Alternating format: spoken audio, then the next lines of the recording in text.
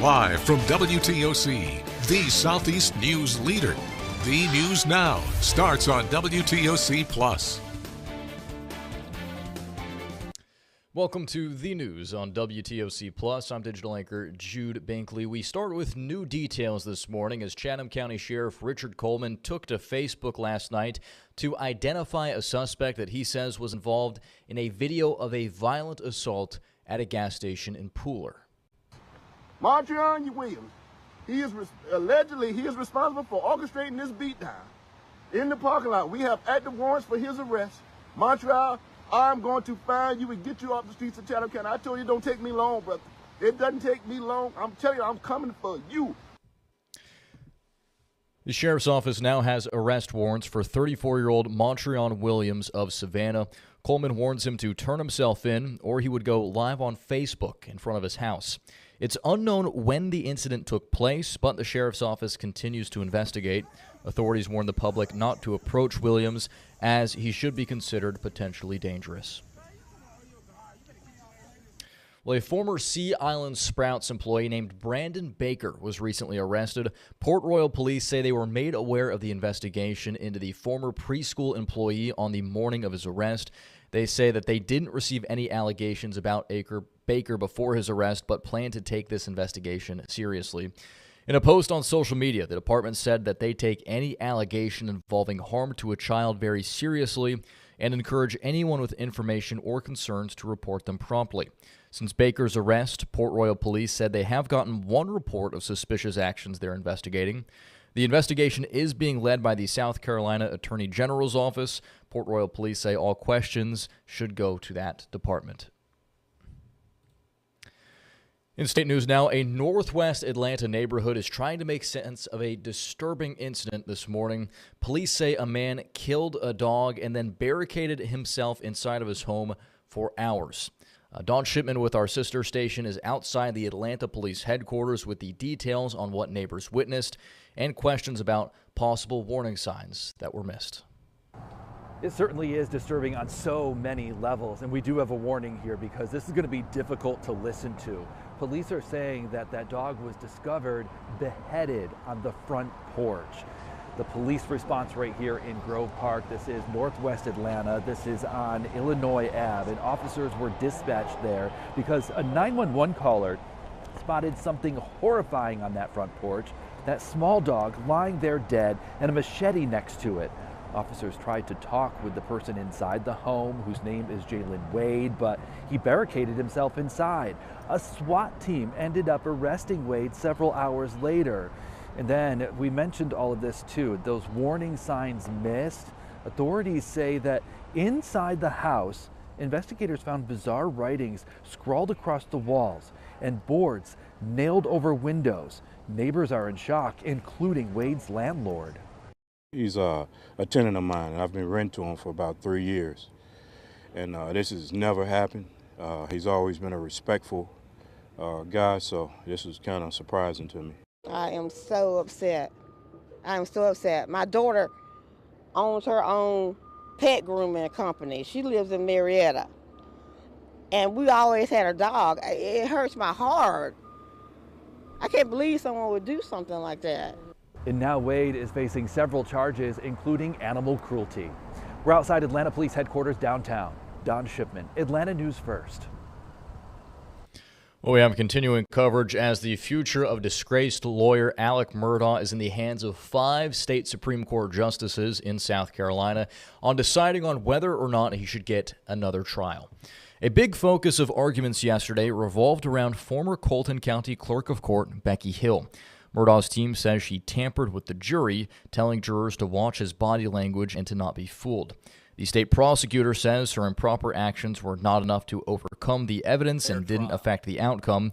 However, Murdaugh's team says the judge did not take into consideration one juror's testimony that Hill's remarks influenced him, which should be credible. I think that jury tampering by the court is something they were engaged in. They asked very pointed questions of Creighton Waters.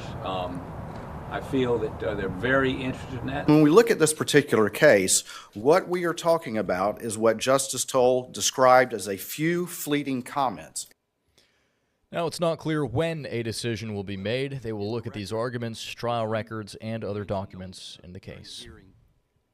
She's across the street. We have pretty major political news out of South Carolina this morning as Governor Henry McMaster is endorsing current Lieutenant Governor Pamela Yvette as his replacement. She is one of 5 candidates running for governor on the Republican ticket. McMaster says Yvette has been his partner in making South Carolina, quote, the best place to live, work, and raise a family.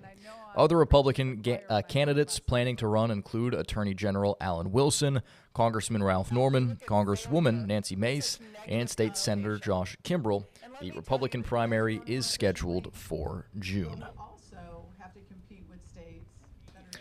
In national news, police in Arizona say they received more than 18,000 calls since the mother of Today Show host Savannah Guthrie disappeared. The search to find 84-year-old Nancy Guthrie is intensifying, with investigators seen searching multiple roadways in the area on Wednesday. These all come as there are reports of another alleged ransom note. CBS's Bradley Blackburn has the details. FBI search teams were seen walking roadways around Tucson and the Catalina foothills, scouring for clues in the disappearance of Nancy Guthrie. A source close to the investigation confirms to CBS News 2 black gloves were recovered from the search and sent for DNA testing.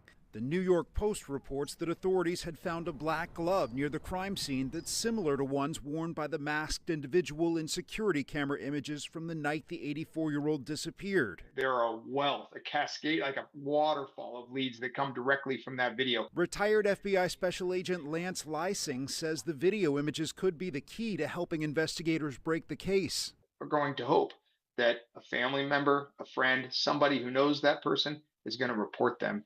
That's the tip you need. The Pima County Sheriff's Department says thousands of new tips have been received since the footage was released. A neighbor says authorities also questioned her about her home surveillance cameras, particularly from the night Guthrie disappeared. They did ask specifically for the 31st of January and the morning of the 1st of February. And then they wanted to know if we saw anything suspicious on our cameras. Meanwhile, TMZ says it received another unverified ransom note Wednesday related to the case, though this time the sender is someone claiming to offer information on an alleged kidnapper. Bradley Blackburn, CBS News, New York. Back here at home in the Peach State, a new school safety proposal in Georgia is calling for drones to respond to active school shooters and situations as well. Supporters say they could be on the scene in seconds, even before police, while critics worry about privacy and cost, as State House reporter Abby Kasoris explains. It sounded like a swarm buzzing over Liberty Plaza as Georgia lawmakers watched from below. A Texas company says this drone could respond to an active shooter in seconds, reach a threat in 15, and stop it in under a minute. Seeing is believing, right? The company is called Campus Guardian Angel. Students watching today say it's hard not to think about the reality because lockdown drills and school violence are already a part of growing up. It's definitely something that me and my classmates talk about sometimes. For State Representative Holt Persinger, this isn't a what if. He represents Barrow County, where Appalachia High School has already lived through the nightmare. Persinger says school resource officers acted fast, but schools need every layer they can get. Anything we can do to add another layer of safety to make sure that our kids and our staff are safe. The company says drones would be stored inside schools in charging boxes, ready to launch instantly if someone hits a panic button. Now lawmakers are looking at the price tag. Georgia's draft budget includes $550,000 for a pilot program for 4 high schools, spread out between rural Georgia and metro Atlanta. Our service, we cost less than Netflix to protect your child with an elite Air Force. A guardian angel or a risky experiment. Either way, today's demo showed the urgency at the Capitol. Georgia lawmakers are searching for something that works before the next emergency happens. Abby Kasoris, Atlanta News First. Staying at the State House, a bill advancing under the Gold Dome could significantly change high school sports across Georgia. It would allow student athletes to earn money from their name, image, and likeness, or NIL. Georgia High School NIL Protection Act passed unanimously in the Georgia House yesterday, and the bill now heads to the state Senate. Well, happening tomorrow, the Savannah-Chatham County Public School System is looking to the community for big ideas to strengthen its operations. The district wants to hear from you about its 5-year strategic plan to guide priorities, programs, and investments. They want to know what you think they should protect and what needs to change to better serve students and families. They say it's a chance to challenge the status quo and help shape a bold vision for the future of Savannah schools. They're meeting today at 6 p.m. at Jenkins High. All right, this is something we talked a lot about on WTOC Plus over the last month or two, for several months now. The nation has been following a group of Buddhist monks on a cross-country walk for peace.